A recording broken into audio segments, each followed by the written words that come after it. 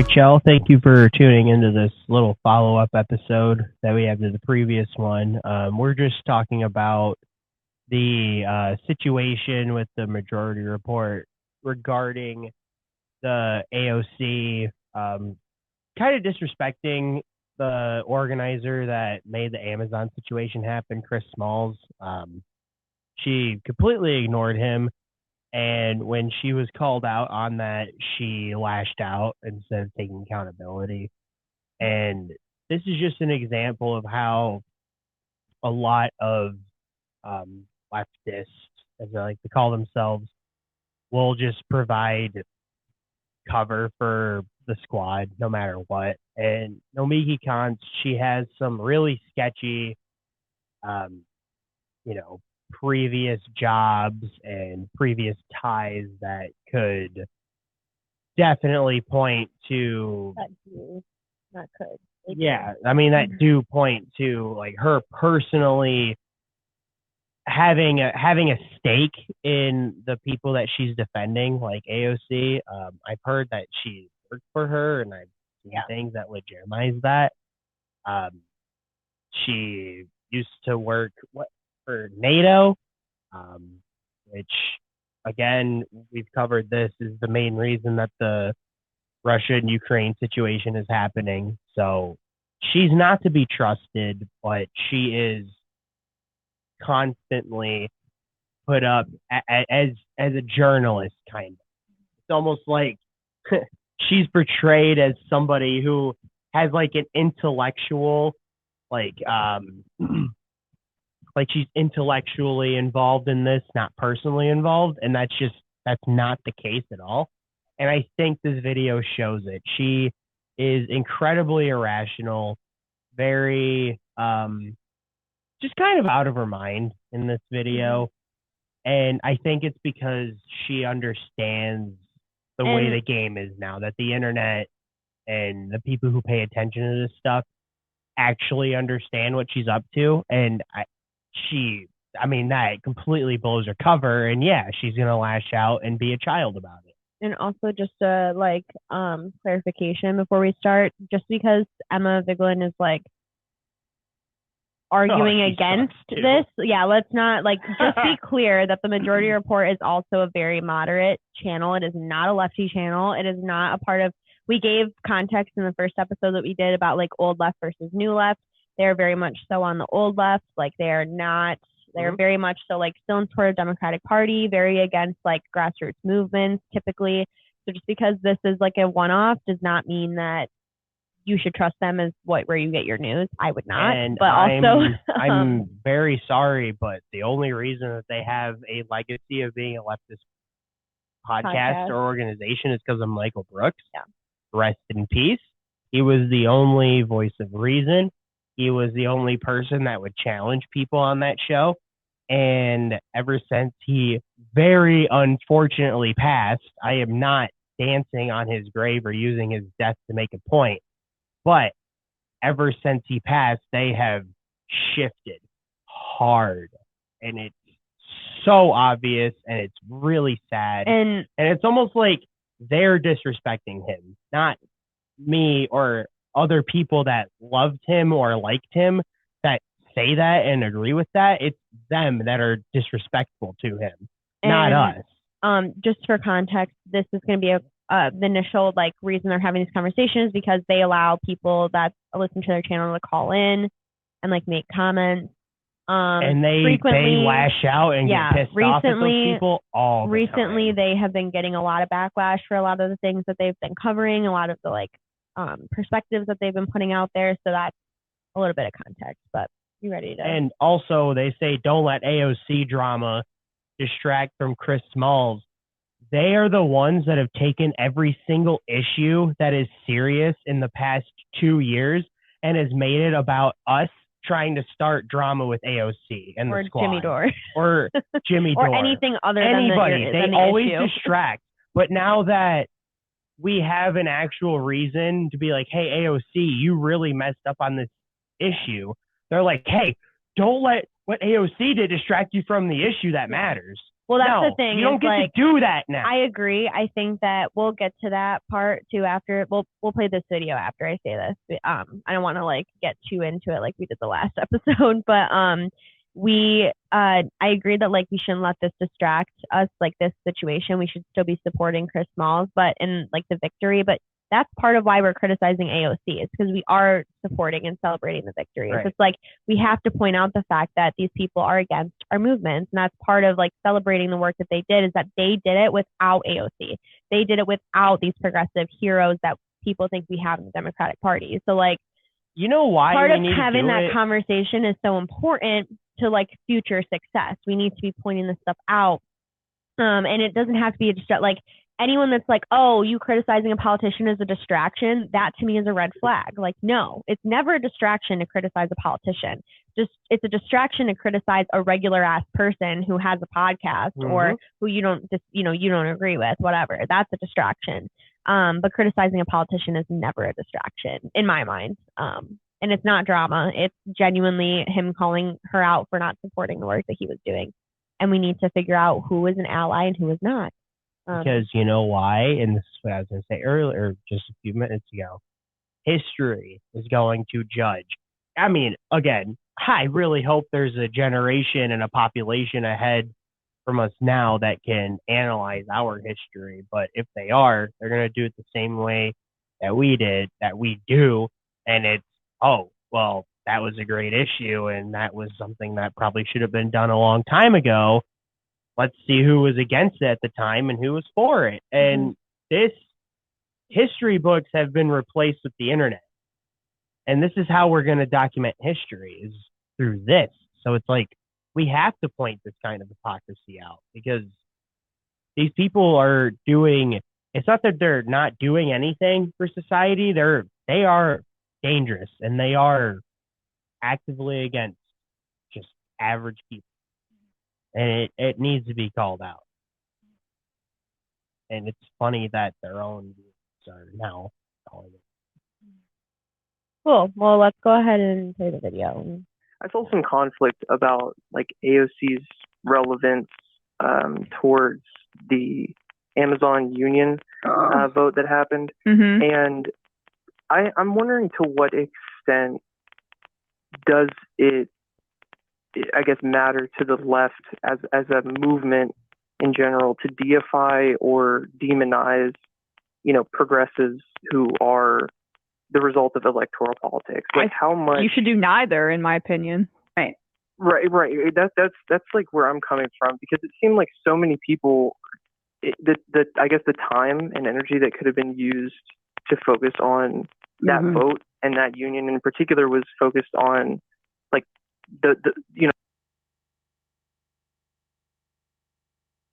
that thing about shouldn't deify politicians. I agree, but we shouldn't demonize them. Yeah. What is that? Okay, this is. I'm glad we listened to that twice, because they're trying to take the middle road. You can't have it both ways, dude. They can't say that they can't go against the Amazon union demonizing them, but they also can't ruin their allies. That's for their viewers. Yeah, they can't, but they also can't ruin their relationships with AOC, because they have those for their access and their money. So they're let me just, and it's not a good faith. It's not a good faith. Oh, you shouldn't do either. It's let me protect my. And you know how it's not in good faith? You know how you know that? The lady on the left, look at her face. As soon as that caller, who had a very brought up the issue, reasonable gripe, said, I have a conflict about this AOC situation, she immediately does her little preppy girl, educated ass BS, rolls her eyes and scoffs at him. So from the get, you suck. She's not a part of this channel, right? she's not a regular commentator. She is definitely a regular commentator, which is a major stain on their program. But hey, they don't really care anyway about their about what they look like. I didn't know that she was a regular commentator, so I was going to say she has been not, for a while. But even regardless of that, you know, she's not as regular now. She was a very regular commentator. Yeah, a little bit ago. Yeah. So okay. Yeah. She sucks. They suck. Let's keep going.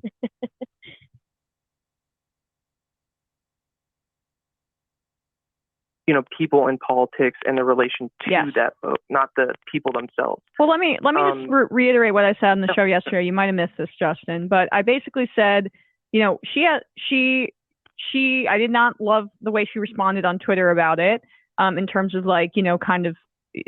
She could have just responded to Christian and said, "You're right, we'll do better." You're right. I should have done better. It was a blind spot. I should have been there, maybe. You know, right? Like she could work, or we'll make it up to you in the future. Right. But at the same time, right? I'm, you know, you can understand why she feels besieged, but like, you know, she should have been there, right? I think disagree. You do. Okay. Disagree. First off, the last time AOC got involved in an Amazon fight, Amazon started pouring all the money in. You know, they did put a lot of money in, but they did it in a different way. This was not, I mean, it was kind of better that they did this internal campaign. Granted, it went on for a long time and they had an independent union and I talked to Chris about this and why.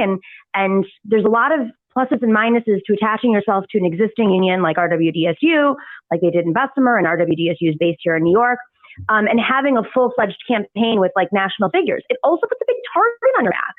And, you know, slow and steady wins the race. It's I don't know. I think in retrospect, it's easy to say that. I get that, right? But also, like, I'm sorry, Crystal Ball, with all due respect, and she is a friend of mine. I live in Queens. I live in Astoria. I'm literally half a mile away from where the first Amazon headquarters is going to be. You know who is the biggest advocate for that?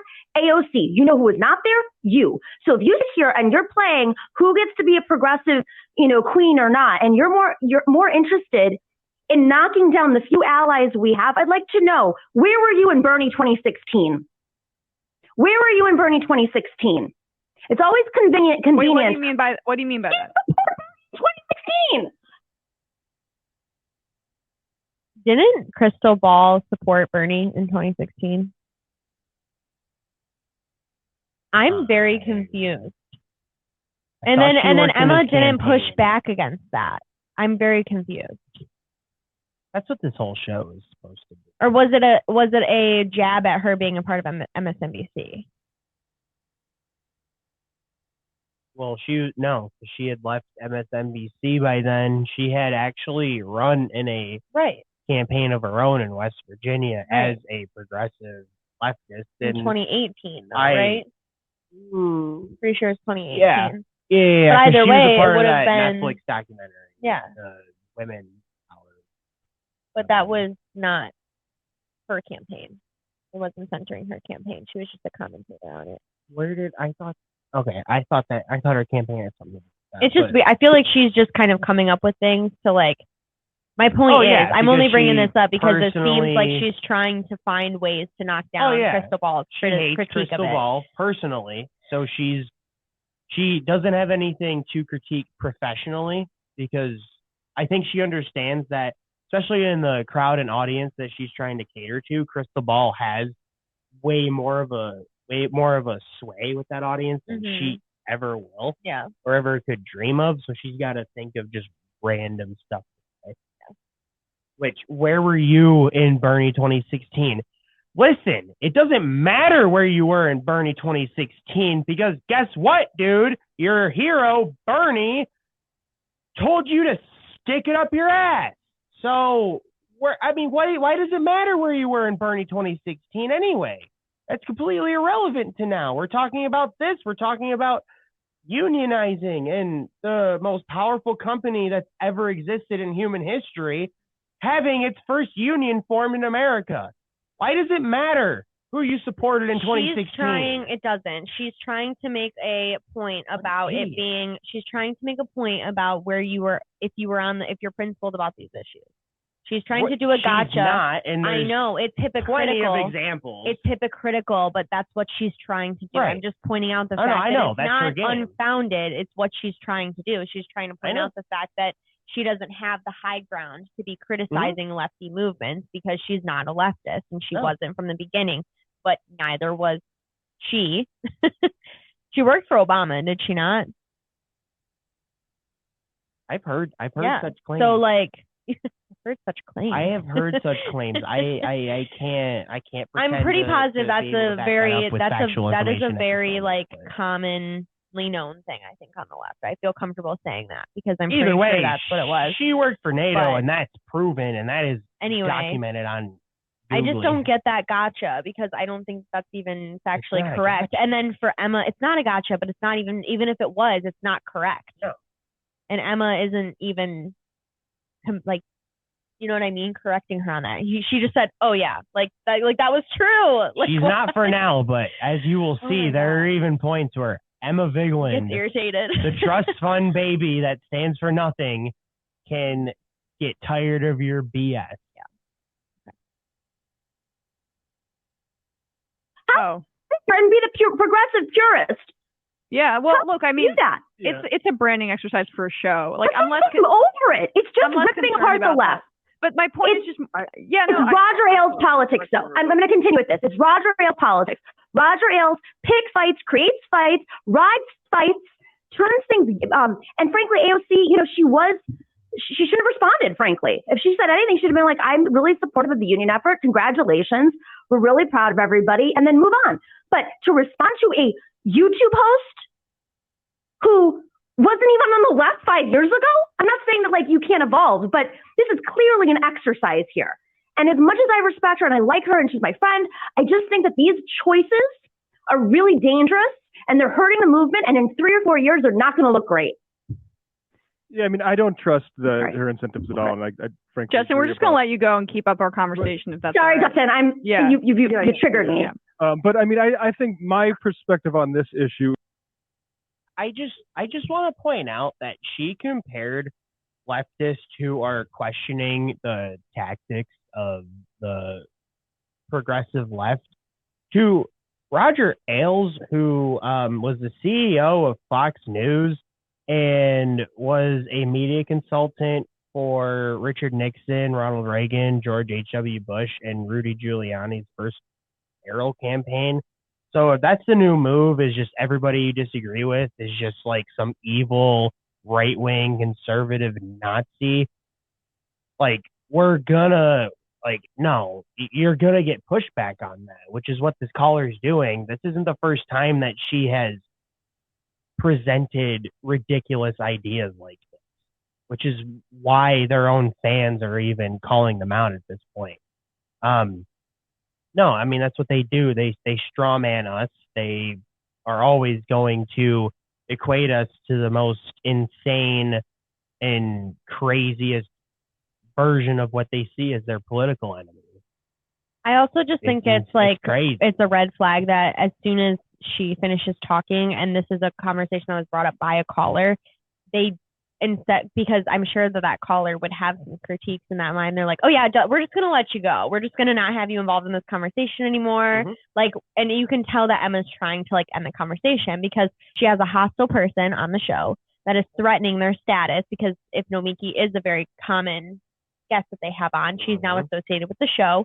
She is threatening their status as what they deem as leftist and their leftist status.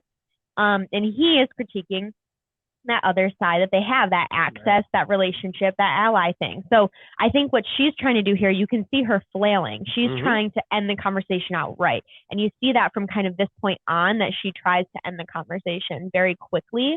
And that's why she kind of gets irritated too. I think Nomiki keeps talking about it and keeps getting more and more aggressive. And she's like, whoa, you're threatening our staff. I'm honestly surprised. It's not even aggressive. It's aggressive. Just having a complete meltdown, which is aggressive. She's being out. Very aggressive, and she does end up getting very aggressive at both Emma and this caller. Yeah. And so that's what I mean. She's trying to stop that from happening, and you can see her kind of flailing on it. I'm honestly shocked that they even posted this video, to be quite honest. Yeah. But you can see her trying, that's why she's like, oh, we're just gonna let you go. Your opinion on this, even though you brought it up, doesn't matter. We're going to handle this situation. And I think that was to curb this person's seemingly, I mean, he does obviously watch the Majority Report, so we'll question that a little bit, but like seemingly valid opinion on this issue, from like saying anything that could continue to trigger her. And then she just admits, like, you just triggered me. Yeah. What? And I don't want to see the Majority Report, any of these people succeed, because they are sellouts who, like, they just are puppeteers for regular people to go into the Democratic Party for their own status and for their own comfort in life. So screw them. But if anybody with any sense at that show wants to succeed and wants their channel to grow again, dude, never allow her on the show again. Yeah. She is ridiculous. Yeah. She is a joke of a human being and should not be taken seriously at all. Absolutely. I'm sorry. I won't interrupt anytime soon. Is that if you do something like Chris Smalls did about unionizing a Amazon union, and you have problems with AOC, you have the right to air those, even if like there's concern that some people in the media are going to use it as a branding exercise, or even if people aren't sort of convinced about the utility of making this about or firing back at AOC. Like, I think frankly, like, it's the kind of heat, it's a much better heat than typically gets applied to AOC. I think it's one that could be constructive, but I do agree about media incentives to use this as a branding opportunity. I'm 100% behind Chris in terms of, like, if he has it, based on just one, the fact of his enormous success, the fact that, like, he built this from the ground up in terms of, there was, as you mentioned, there were benefits to joining a larger union, but he was able to go about it his own way. And it's like this incredible story. And I feel that an over focus on her takes away from the victories of the organizers. Even 100%. Though his criticism, I'm way more willing to listen to that because he's on.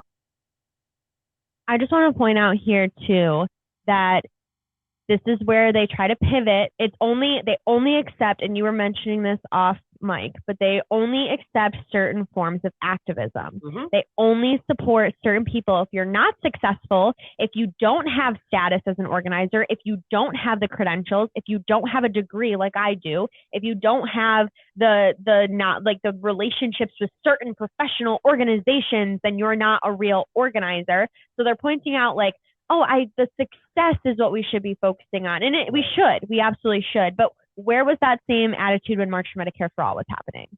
Oh, wait, it's because you actually don't care about organizers. That attitude when Chris Smalls didn't have any attention and other people were having him on his show, and you ignored him. But the point is that I'm trying to make is that it only matters about the professionalism that organizers have. They only support organizers who are either extremely successful in what they're doing or are just very credentialed in what they're doing. And that's a problem, just in the sense of, like we said before in the last episode, like, people are struggling to get involved. I loved March for Medicare for All for the sense that there were people that had never organized before actually getting out and doing the thing. And I admired that so much. And I know many organizers that I have had relationships with that I had to combat on that because they were criticizing it for that reason. And it's super fucking harmful and really awful to do so as someone who states and claims that they support organizers and that is trying to do this high ground of, like, oh yeah, it's just a distraction. Let's focus on the win. Let's focus on this and that. It's like, yes, we should be focusing on the win, but, like, just even your framework of, like, oh, well, they were successful. What if they weren't successful? Would it then be okay to talk about AOC? Or was it just because that they're successful that we shouldn't talk about it? Because I don't think that they'd be okay with us talking about it, even if it was for AOC. They'd say, well, Chris Smalls didn't do this, and Chris Smalls didn't do that, and he's not credentialed enough, and he obviously doesn't know what he's doing. I guarantee you. Yeah. I guarantee you, instead of praising him for going on Tucker Carlson, which I saw that video, they would be shitting on him for going on Tucker Carlson. Like, they would find some reason to deflect from the work that he did. I guarantee you 3 to 6 months from now, Chris Smalls is going to be the biggest political enemy on the left. Somehow, some way, they're going to turn this narrative around, and you're going to see these same exact people attacking him. Especially if he stays principled about, like, if he keeps calling out the squad about not supporting him, they're going to have to eventually pivot from that situation. They have to keep their.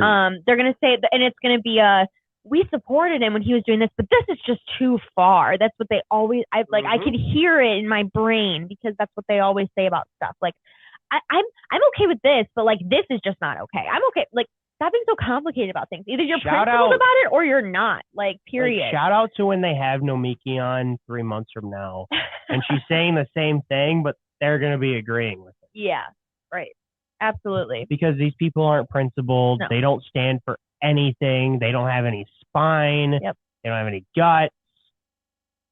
Yeah. They suck. On the ground there, and I think that that's valid, and he should be heard in that regard. But he also didn't say what they're saying either. Go back and play the tape. That's the other thing. They used him, which is offensive, and sometimes people don't realize they're being used in this media game that I think is like really only benefiting the right wing and capital. Why I drink mushrooms every morning. I used to drink a lot of coffee, and I got honest with myself. Coffee often made me feel anxious and.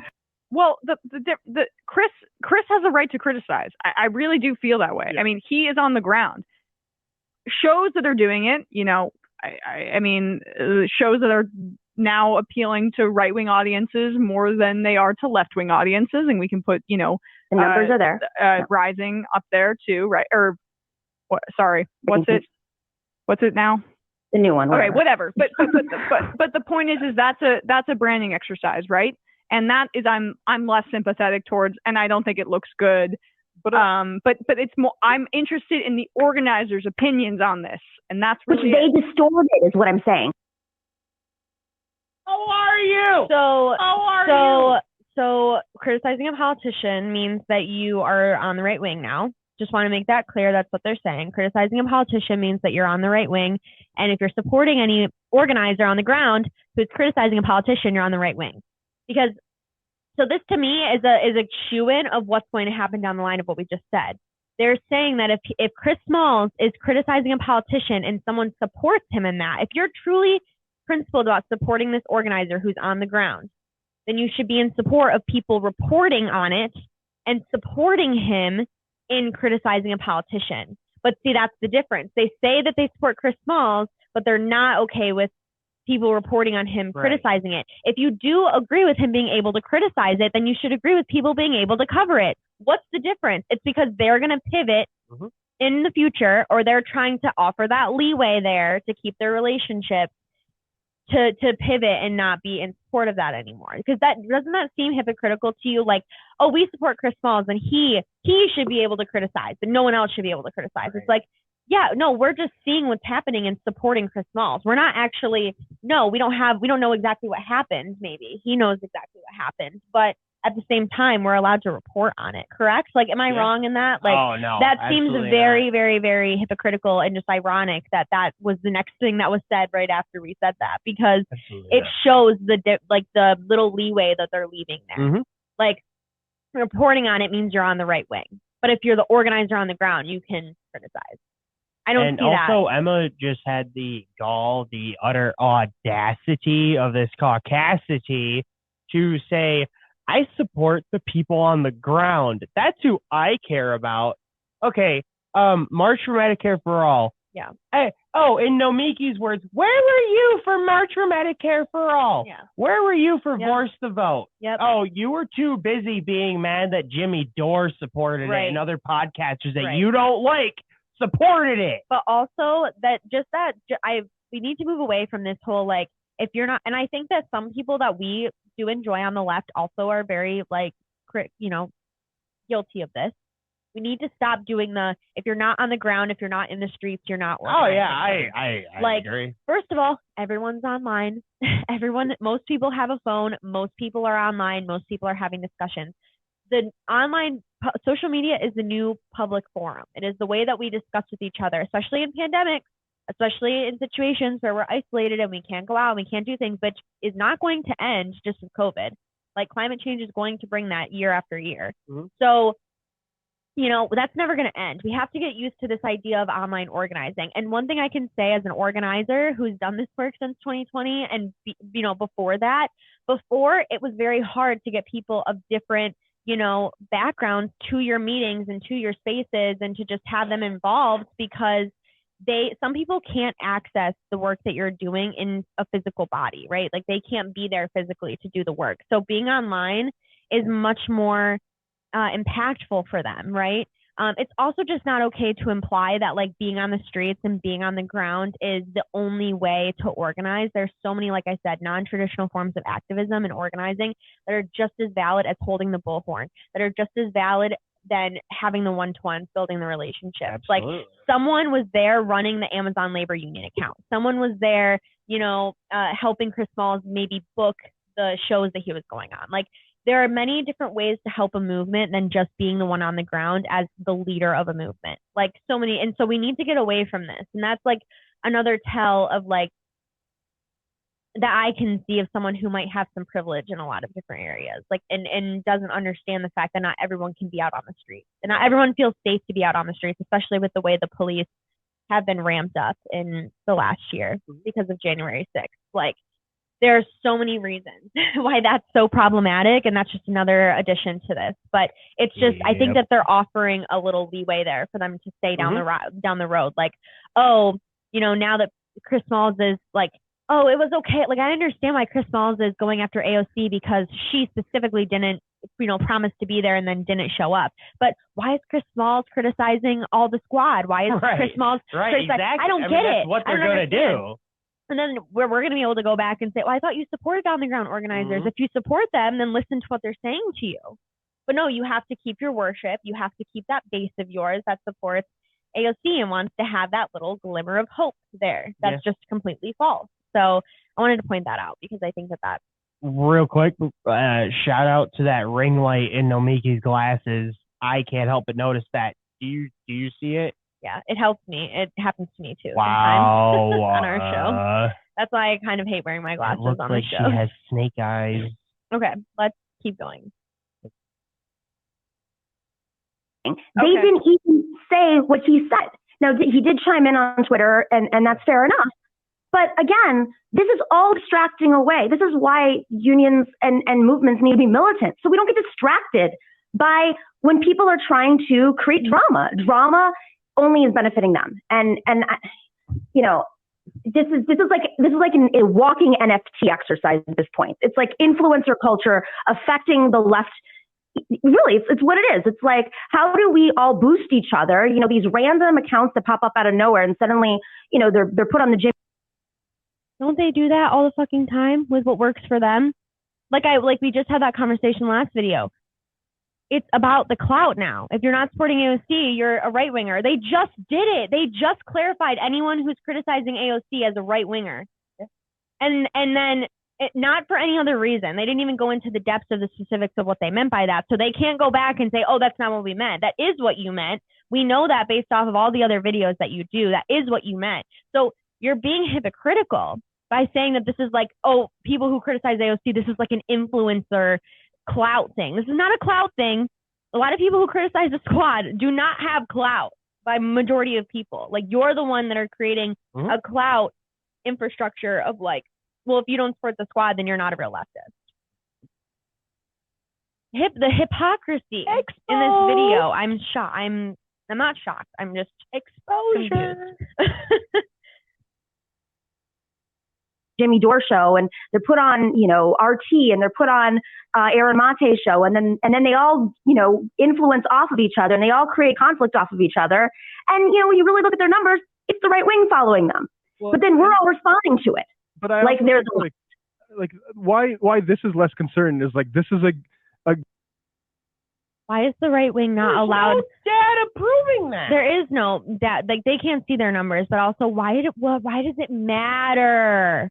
If they're criticizing AOC, you don't think any left? That's the thing. They're creating this again. They're creating this infrastructure of if you're criticizing AOC, you're not on the left.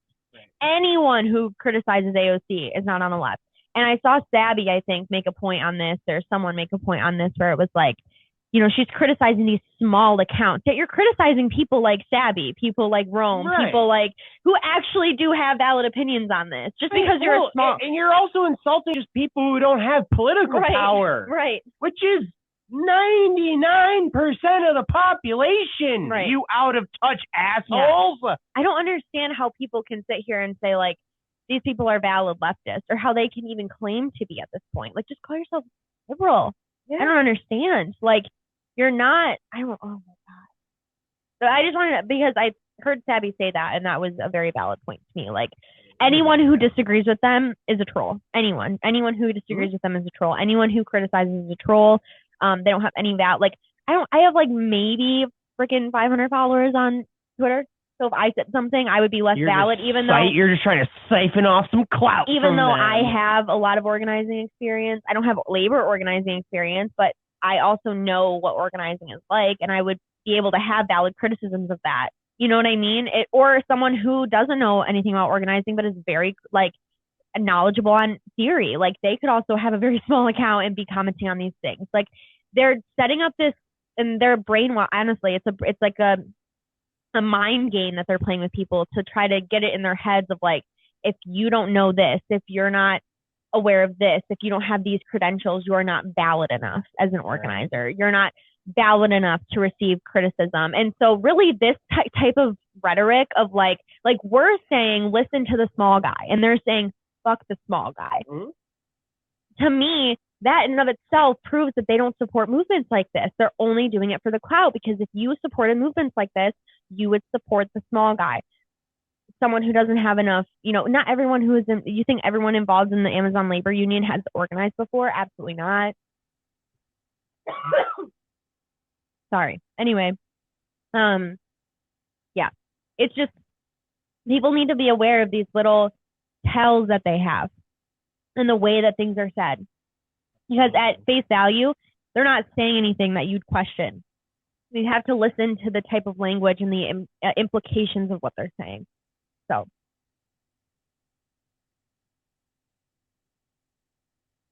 Good pivot, frankly, for those energies. Like, if all of a sudden they decide that we need to start helping unionize Amazon warehouses despite AOC, and that leads to actual more results like this, I think that's fine. And ultimately, if it doesn't, then we'll have like more to critique about why it didn't lead to anything productive. But I think like a lot, like Jimmy Dore, for instance, like if he wants to all of a sudden act like he's supporting unions for taking COVID safety seriously, I mean, it'd be news to the Chicago teachers that he was basically shaming into saying they were fearmongers. And this is how this unionization effort started, was out of COVID's lack of safety precautions. Right. April 2020. That's what Chris was concerned about. But why among other things. But that's why I guess like this is less concern to me, because it's like this is actually like a time for everyone to refocus.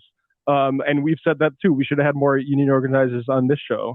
And towards something that's real, because something good actually did happen. And I think like I don't care about like Crystal Ball Show. I never watch it, but like I feel like it's not. This isn't the thing to hit them on. It's like the sort of like soft on like or sort of like trying to launder COVID libertarianism into the mainstream. Like that stuff, if they want to try to brand over who's the more militant union supporting, good luck to them. Well, and I hope that actually is sincere. I didn't mean to interrupt you, Matt, but like it's also just like I feel it's like everyone understands that AOC supports the Amazon union effort. Everyone understands that. I mean, and like from an organizer's perspective, this is why I find Chris's case, or Chris Smalls' case, is compelling in terms of his critique. We could have Viglin is not an organizer, so she has no room to give an organizer perspective. Used you, right? That's a fair case for him to make, and she has the right to say, I could have done better, or this is where I was, this is why I wasn't able to do that. But no one is debating the fact that she supports the Amazon unionization effort. And so then we're having a debate about tactics and whether she was there enough or whether she wasn't there enough. And that's when we're in this territory of, okay, we are completely making this historic victory in Staten Island about Alexandria Ocasio-Cortez. And it's a savior thing. Is people you can't say that you support, and this is just because you say you support something doesn't mean you support something. You have to show that you support something. So like saying that, oh, there's no question that AOC supports the Amazon labor union. No, there is a question because she didn't show up when she should have shown up. She can show up to go do her, what was it, Vogue shoot or whatever freaking, magazine she was on. She can go do her magazine shoot.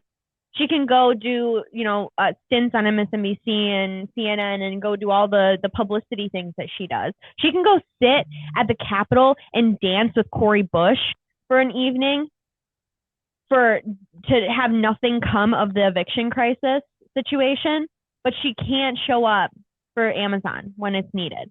So yes, there is a question. It's not just about tactics. Like tactics have to do with your principled stance on these issues, right? Like, No, and that's we can have a debate, but when it comes down to it, is that they're willingly saying, "Oh yeah, AOC, of course she supports all of this stuff going on, but here's reasons 1, 2, and 3 why she can't do shit to show that she supports it." Which you're literally saying there are political there should be nothing holding you back from going on the ground and supporting the people that you're supposed to constitute for. There's no excuse. I'm sorry. It doesn't matter whether your life is on the line. You go out there. You were elected to do that. Yep. And you so said for you them would do that. to give her that excuse is pathetic. They are pathetic human beings. That's how they trap these people, is that they say, oh, there's no question. Like you can't question that she doesn't support labor unions. Question everything and everybody. You'll be better off. You can't question that she doesn't support Medicare for all. You can. You genuinely can, because you look at past actions of politicians.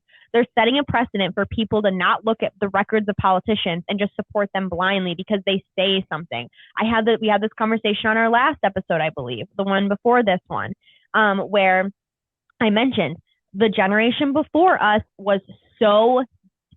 our grandparents and our parents genuinely do not trust politicians. And I've heard that all my life from my grandparents, my parents. When you hear a politician, assume that they're lying. And our generation, for some reason, has rehabilitated these politicians into like believing that we can believe everything that they say. Like, I'm not saying don't, we long for saviors, I guess. We do. We do long for saviors. And I think that there's a valid fear to that. But they're also creating that fear in you. Like, that's not just an inherent fear. They're creating that fear by keeping you down. There are material conditions that they're forcing you to be in because they're not giving you Medicare for all, because they're not giving you a living wage, because they're not giving you, a UBI, because they're not giving you housing. There's plenty of reasons why they're putting you in that fear state in order to feel like I have to trust them. I don't have any other way. I have to trust them. No, you have to trust the people around you. You don't have to trust AOC. You don't have to trust the squad. You don't have to trust Bernie Sanders. You shouldn't trust them. You should trust your neighbor. You should trust your fellow organizer. You should trust your fellow coworker. You should trust them. You should trust your family, your friends. You should not trust politicians. If I could do anything, if I could go back in time and do anything, I'd go back to 2018 or 2016 and slap my younger self in the face and tell myself every single thing that we just said, because I trusted Bernie and I trusted AOC and I was pining for them, and they do all to back me up. And like I said, I've said this before too, like there's a difference between like past supporting and realizing that you were wrong, or realizing that there's, new information being presented to you and changing your mind once you get that new information. Like, normalize changing your mind when you're presented with new information, because that's the issue that we're having. Is like we're still clinging on to 2016 Bernie, we're still clinging on to 2018 AOC. Those people don't exist anymore. They don't exist anymore. They never existed. That was the thing, is we have to accept that they were a ploy to get us into this party that is supposed to be in opposition to the Republicans and Trump. It's not. If you don't believe that they were all, like, in their mind choosing to be a ploy, at the very least you can acknowledge that the Democratic Party knew what they were going to do to make them a ploy, and they did nothing to prevent themselves from becoming a ploy. They did not stand up. Even if I sound crazy, it's the same logic but with cops that I feel like, oh, you don't support the system. You think that bad cops are bad cops and you're a cop and you don't support that. Quit your job then. Quit your job then. Like, that's what I don't understand. If AOC knew, okay, I either have to go along with the Democratic Party because they're threatening me, they're threatening my family, they're doing whatever you think happened there, she could have quit. She could have said, I'm resigning, I'm stepping down, and I'm going to now organize, take my knowledge, what I know now about the system, and bringing it into organizing so I can help people on the ground organize against this shit. Again, but she's not. She's comfortable. She has her little cushy healthcare that she's always going to have, her pension that she's always going to have, her comfy little apartment in New York and in DC. She doesn't need to support us anymore. Like, she chose wrong. All of the squad chose wrong. They didn't choose you. They could have chosen you. They could have quit their jobs. They could have resigned, and they could have been on the ground. Absolutely. And they chose not to. And AOC has admitted before to an organizer, a Finney from RBN, that she has wanted to quit and go back to organizing, but she chose not to. She has admitted that fact. She has chosen her career path. She has chosen her career path. She has chosen her own comfortability over yours. So don't feel bad for her. She doesn't feel bad for you. She doesn't care about you. Don't care about her. People who have media platforms and who, right-wing reactionary audiences eat up anti-AOC stuff. And they don't particularly care if it's coming from what you present as a left-wing perspective, or if it isn't genuinely left-wing perspective, because, if you're cultivating a show that's meant to appeal to leftists and bring actually right-wing people along. Over the last 10 years, responsive web design has changed how we create for the web. That's not really how you go about it, in my opinion, in terms of how it's been presented from a media perspective. And they're picking away. They're picking away, constantly picking away. Like, oh, where can we? The second that Chris Smalls should have been the number one trending, and an ALU together should have been number one trending, it immediately, just look at the trending topics on Twitter, immediately went down in the rankings for Crystal versus AOC. Who does that benefit? I mean, really, this isn't rocket science. If you're spending your time breaking apart a movement rather than congratulating it and nitpicking, she's also setting AOC up as if she's some sort of deity. And that's what I find really fascinating, is they're using the squad as if there are saviors. And it's just, it's not productive. We as a movement need to understand how to work together and not depend on saviors. Yeah. AOC was put on a billboard in Times Square after the Amazon headquarters was pushed out of Queens. She put on a billboard in Times Square. Amazon went after her. I'm sorry. I can't listen to it anymore. I can't listen to it anymore. Joker. I am the Joker, and it's because of these people. Oh my God. First of all, who gives a shit if the right wing takes our videos and uses that, please present my video to your right wing audience. I guarantee you they'll come over to the left. You know what I'm saying? No, they don't want that, man. If I'm critiquing AOC, they're like, it doesn't matter if you're critiquing AOC from the left. Well, if a right winger is seeing me critique her from the left, then they're not going to be like, oh yes, they're right wingers, just like liberals, are not just they have their, I don't know what I'm trying to say. She literally just said it doesn't matter if you're coming at it from a leftist point of view. Right. Just because maybe some right wingers can sympathize and agree with you, you're wrong. Right. So we shouldn't express left wing ideology. Right, exactly. But then she goes on to blame those people for not being left enough and not idolizing Chris Smalls enough. They contradicted themselves within a minute and 30 seconds. So you're arguing for the fact that we shouldn't have more leftist commentary out there, because that also doesn't seem to me like something that. But then you're mad at people for not propping up Chris Smalls, the leftist organizer. I understand the point of like not like the trending topic being crystal ball versus AOC is a problem, and I understand that, and I do agree with that. But at the same time, there's a level there of like, there's a level there that's like, if crystal ball is reporting on this and is showing solidarity with Chris Smalls and is as a huge YouTuber, as someone who actually makes millions of dollars just from Patreon alone, supporting Chris Smalls and actually going after AOC, that should be reported on and that should be talked about. Like, I don't understand the issue of like, okay, I'm a huge, media figure. I'm going to support this organizer. So it's okay for the Majority Report to support Chris Smalls and be a media figure that's supporting Chris Smalls, but it's not okay for Crystal Ball to do it. Just because she went after AOC. This is a conversation that needs to be brought to light. Yay, Amazon got a victory. We know that. We should support that. We also need to talk about the ways in which they did it without support from politicians. That is such a crucial part of this because it moves the Overton window forward. These people are so short-term minded, I guess is what I'm trying to say. Like, yes, the crystal ball conversation maybe shouldn't be at the forefront. And I'm not necessarily disagreeing with that, but at the same time, it should be an after conversation. Just like, that's why we did our episode on it last week about the win, and we're doing this episode on this now, because it is an important conversation to have, to point out the fact that there is no one in these parties that are supporting you. On the right, on the left, there are no one in these parties that are supporting you. So there's such hypocrites, though, because I don't know, if he had been calling out Jeff Bezos, they would have been okay with it. If he had been calling out Trump, anyone from the right wing, they would be okay with it. But it's just because it's darling AOC and somebody from your precious party that happens.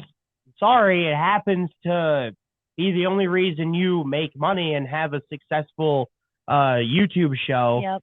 Like, I'm sorry, this just isn't adding up. You guys look like morons. Yeah. We'll try to get through the rest of this without stopping. Yeah, we're not going to pause it anymore. Yeah. All right, let's go.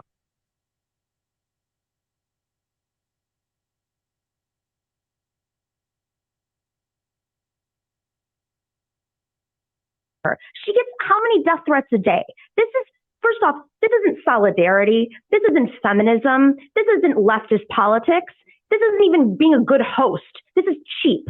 It is a cheap attack, and it only benefits your ego and the right wing who puts you on Fox News. You can get on Fox News and you can talk about leftist things too. I do it all the time without compromising your values. Maybe you should try that. Yeah, and there's another thing. Like, look, I want to table the AOC criticism because, like I said, I think she's just backdrafting off of what Christian said. But I do think there's a bit of a tell there that I think people are right to be suspicious about, where she brings up the entire squad to try to smear Ilhan and stuff in that as well. And I think that is I don't think that's sort of like even advocate journalism. Like, I think that's a weird move to me. Mercenary. I mean, that doesn't really get more brave than Ilhan Omar in the way that she, has to navigate and through a lot Congress. Of these folks and the Ocasio-Cortez has a lot of bravery too. Exactly. Like, a lot of these people, for whatever reason, don't have the, media bravery to go at Ilhan the way that they like to go at AOC. AOC is like the safe target now.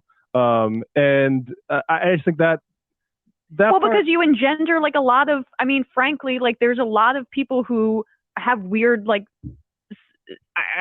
sexual attraction that they like manifest through anger online, and it's using that. That's my opinion. Yep. And they're avatars. They're avatars for the left. AOC has become, this avatar for the left, and if you can show that she's imperfect, the right wing also loves to show the imperfections or what their perceived imperfections are on the left. So when you start to hear supposed leftists using the same tactics, that's really concerning. And, if you guys haven't noticed, they ride a wave of a story, and then that story dies, and they have to find another story to ride. They're constantly trying to feed their machine. Because they want to keep those numbers up, and they want to keep the divides, because they don't have, without Bernie there to solidify everybody, it's a great opportunity for them to break apart the left. But brand oneself. Yeah. I mean, it's sort of like bougie Green Partyism, even though the Green Party is, nobody talks about that anymore. But like that's what this sort of tendency is, which is like very easily gamed for pro-Republican electoral political campaigns and anti-leftist ones that, like you said, when you bring up the squad entirely as if Ilhan hasn't been showing up for Amazon workers, I think you sort of draw a suspicion on yourself, which is, again, I think separate from the AOC criticism, which if she would have just responded to Chris and said, you're right, we have our reasons or whatever, and you can relay those privately, but we'll try to do better in the future by you guys. Yeah. Like all this would have gone away. Agreed. Or you could spend your time doing what Aaron Mate is doing, is denying genocide all day long. Because that's also a path to making a lot of money on the internet. You can make a lot of money on the internet?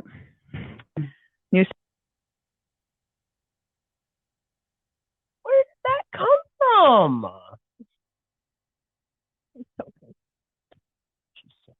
I'm so confused. She's such a Karen. And I just pointed out, they just did it, that, okay, now that Crystal Ball brought in Ilhan Omar, now it's not acceptable to criticize the squad. Now it's not acceptable for what Chris Small said about AOC. It's really weird to me, honestly.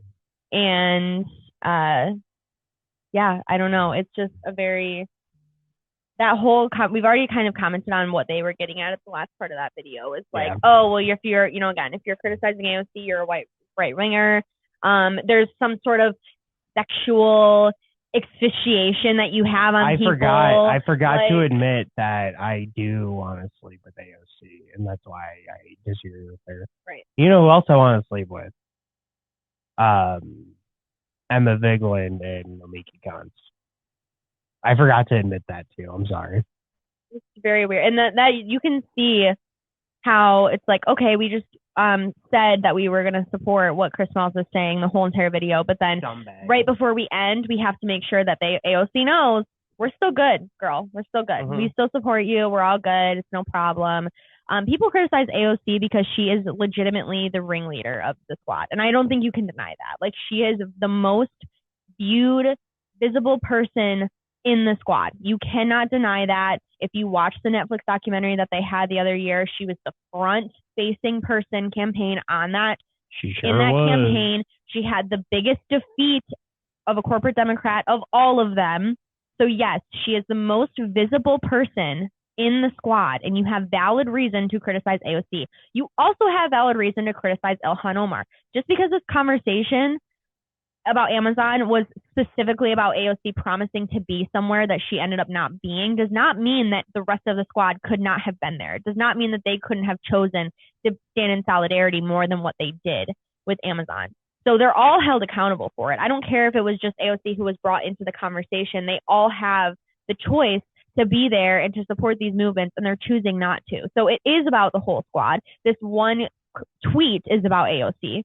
But this whole conversation is about how the squad does not support people. AOC That's it. Has like 13 or 14 million Twitter followers. Yeah, she's going to be the person to focus on, you idiots. Right. Yeah. And they don't the have rest brave, of the squad endears her as the leader. So what are you... the idea of, like, I'm sure that they do, as women of color, have to deal with a lot of shit in Congress from people. But again, why are we humanizing people who have the power to change people's lives and dehumanizing people who do not? You know what I'm saying? Like, Crystal Ball has a lot of influence, and Crystal Ball needs to do better in a lot of different ways. And I'm not a huge fan of Crystal Ball, but and those big media figures do have the opportunity to change people's hearts and minds on things and to actually report on things in a very valid way. So in a roundabout and indirect way, they do have some power. But when you're talking about comparatively to politicians, they have none.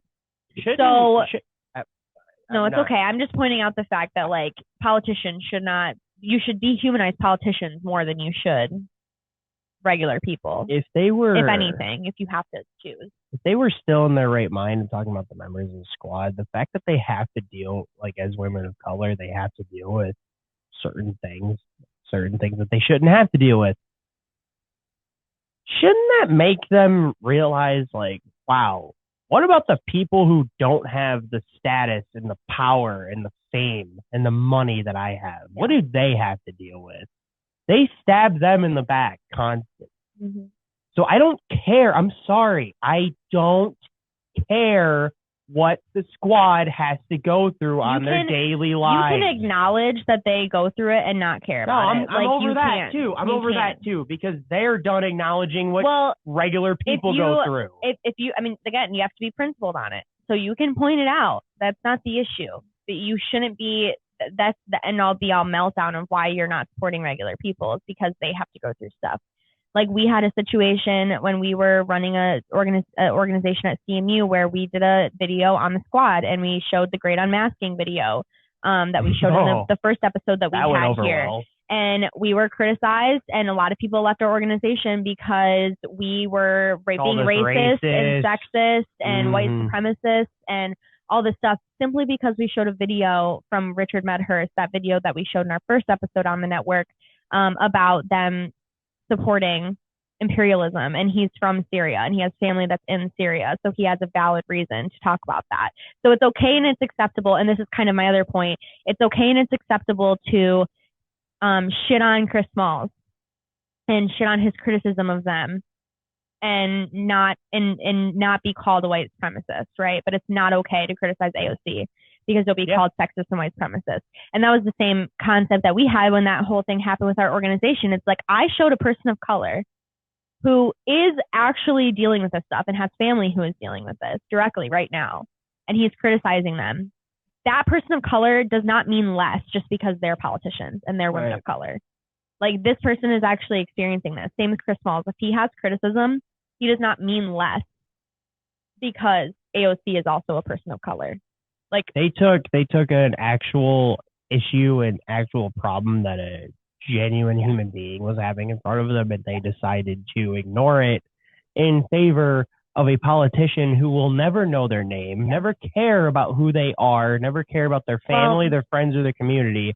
And that shows a deeper issue within you. Let me say, though, that is a very common thing that white people do.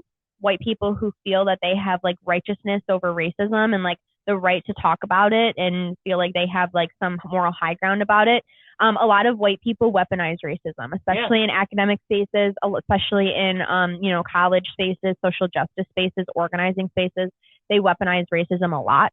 And they make small things seem like, or they like make false equivalencies almost, so that when people actually do experience racism or, whatever, then that's overlooked. You know what I mean? That happens a lot. That's something I've seen a lot in organizing spaces. But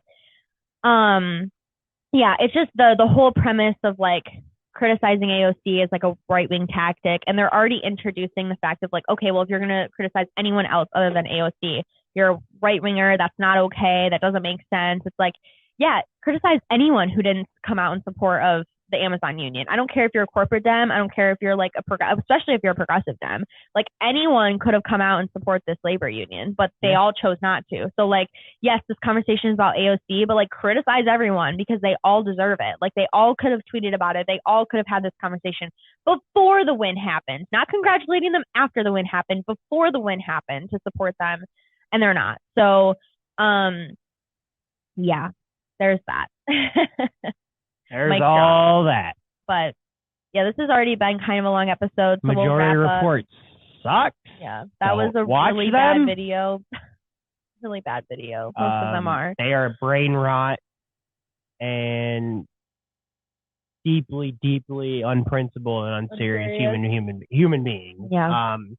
So I say that in full confidence, and don't feel bad saying it because they're the ones who've been doing it for years now. Yeah. So I used to like that show. That's the real shame. Mm-hmm. Watching all of these people lose their minds, and it brings up a question within me of, okay, were these people ever genuine or real, or were they in it for the money, the fame, the subscribers? It was less. I think that I don't know. The lesson, I have a very confident stance on this. This was less popular a few years ago. So yes, I do think that at some point before, these people were genuine.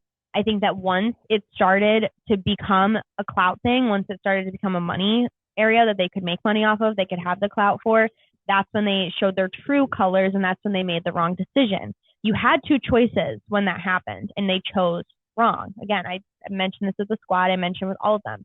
This was less popular in 2016, much less popular. This was much popular in 2017, kind of got more popular in 2018, and from 2018, 2019 on, this is the kind of like conversations we've been having to have because people have now been able to make money off of it. It's become cool to be a leftist. And that's why even saying that you're a leftist at this point is like a question. Like they ruined the word progressive, which used to be the word in 2016. And then they ruined the word leftist. So now you just have, if you're not, you just have to call yourself a straight up communist at this point. Like you just have to call yourself a communist. That's the only way that you can differentiate that was the plan. it. That was a pretty good plan. Yeah, everybody hates communism. Working out, I guess. But then it's also forcing people to actually think like, it's forcing people to become more left in some aspects. You know, like it is also moving the Overton window. But even for me, like I wouldn't have called myself a communist in 2018. You know what I mean? So it's for some aspects of the left, I think it's, you know, causing people to enter into that a little bit more. But okay, so to wrap up, as always, support what's going on with Amazon. There's still lots of stuff happening. I know that they're going to be taking like another vote here soon. I'm trying to like keep in contact with keeping track with the Twitter stuff that Chris is doing, but stuff is still happening. So yeah, definitely still stay engaged with that, see what's going on. We'll report on it when we can. And as always, down below, there's always mutual aid information and resources, mutual aid networks that do currently exist from folks at RBN to support that. And then there's also resources to find your own mutual aid hubs in your own areas. And then also, as always, like, subscribe, comment, let us know what you thought about the episode. Watch the other shows on the channel that are continuing to pop up. And also go and support on the two-party system by volunteering, buying merch. There's also some information for our personal channel underneath there and ways to support us financially as well as a show. Am I missing anything? No. Okay. You left nothing for me to say. Thank you. Left it all on the table. But yeah, thank you all so much for tuning in. We really appreciate your time. We know that our episodes are like usually an hour long, but we feel like it's kind of difficult to cover these issues without having time to do that. And we don't want to make short videos and feel like we left anything out. So we know it's a long video. My brain doesn't work like that. And we like long. Have to flesh everything out. Yeah. And we like long videos too. Like we're a big fan of like the long podcasts, but we'll just like pause them and then come back to them when we can. So I would recommend doing that. Listen to us when you're at work. Yeah. Like, come on. I want to like throughout the day, go take a long walk. I want to help my homies out through a shift. That's all I want. There you go. Yeah. So we are partially sorry that they're long, but also partially not sorry because then you get a lot of good commentary and we don't have to hold back on anything and feel like we're like strapped for time. So yeah, you know, watch it when you can. It's okay to pause it and come back to it. That's what I do all the time. But anyway, we'll be back next Monday. Hopefully we were a day late, but this week, but we'll be back next Monday with a new show. And yeah, let us know how you felt about this week's show. Hell yeah. And we'll see you next time. I love you. Bye, everyone.